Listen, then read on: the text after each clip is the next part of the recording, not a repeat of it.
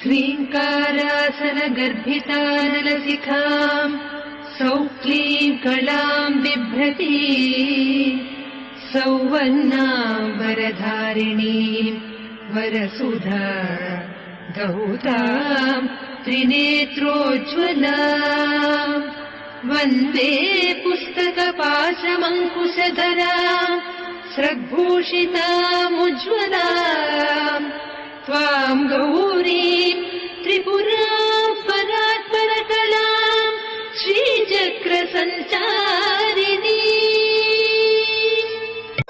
ॐ ऐं ह्रीं श्रीं ऐं क्लीं सौः।